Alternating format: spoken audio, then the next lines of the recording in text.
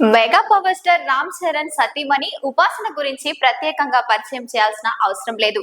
రామ్ చరణ్ కు భార్య కాకముందు అపోలో గ్రూప్ ఆసుపత్రికి ఒక డైరెక్టర్ గా, మ్యాగజైన్ ఎడిటర్ గా, సంఘ సేవకురాలిగా విభిన్న పాత్రలు పోషిస్తున్నారు.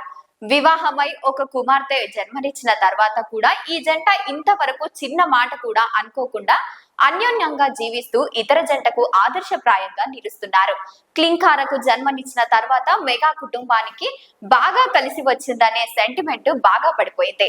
దీంతో ఆ పాపకు ఎంతో గారాబంగా చూసుకున్నారు. సోషల్ మీడియాలో ఎప్పుడు చురుగ్గా ఉండే ఉపాసన తాజాగా ఓ పోస్ట్ చేసింది.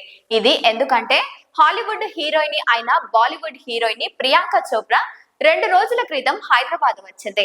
నిన్న చిలుకూరు బాలాజీ దేవాలయాన్ని సందర్శించి పూజలు చేసింది. ఈ సందర్భంగా తాను కొత్త ప్రయాణాన్ని ప్రారంభించబోతున్నట్లు ప్రియాంక వెల్లడించింది.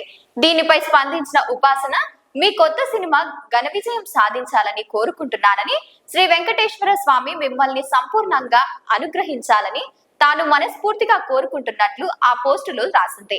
అయితే ఆ సినిమా ఏది అనే విషయం మాత్రం ఎవరికీ స్పష్టత రాలేదు. దీనిపై మెగా కుటుంబం సభ్యులు ఆనందం వ్యక్తం చేస్తున్నారు. తన మన అనే తేడా లేకుండా ప్రతి ఒక్కరి మంచిని ఉపాసన కోరుకుంటుందని, ఇటువంటి కోడలు దొరకడం అదృష్టమని చిరంజీవి సురేఖ దంపతులు మురిసిపోతున్నారు. అందరూ అనుకునేది మాత్రం రాజమౌళి మహేష్ బాబు సినిమా అని భావిస్తున్నారు. ఈ సినిమాలో ప్రియాంక చోప్రా హీరోయిన్ గా ఎంపికైనట్లు వార్తలు వస్తున్నాయి. అందుకే ఆమె తన భర్తతో కలిసి హైదరాబాద్ వచ్చిందని, షూటింగ్ లో పాల్గొంటోందని తెలుస్తోంది. ఇందులో వాస్తవం ఎంత అనేది తెలియాల్సి ఉంది. ఉపాసన చేసిన పోస్ట్ ప్రకారం రాజమౌళి సినిమా అని అందరూ గట్టిగా భావిస్తున్నారు. ఈ సినిమాపై అంచనాలు భారీ స్థాయిలో ఉన్నాయి. 1500 కోట్ల భారీ బడ్జెట్ తో దుర్గా ఆర్ట్స్ పథకంపై డాక్టర్ కె నారాయణ ఎంతో ప్రతిష్టాత్మకంగా నిర్మిస్తున్నారు.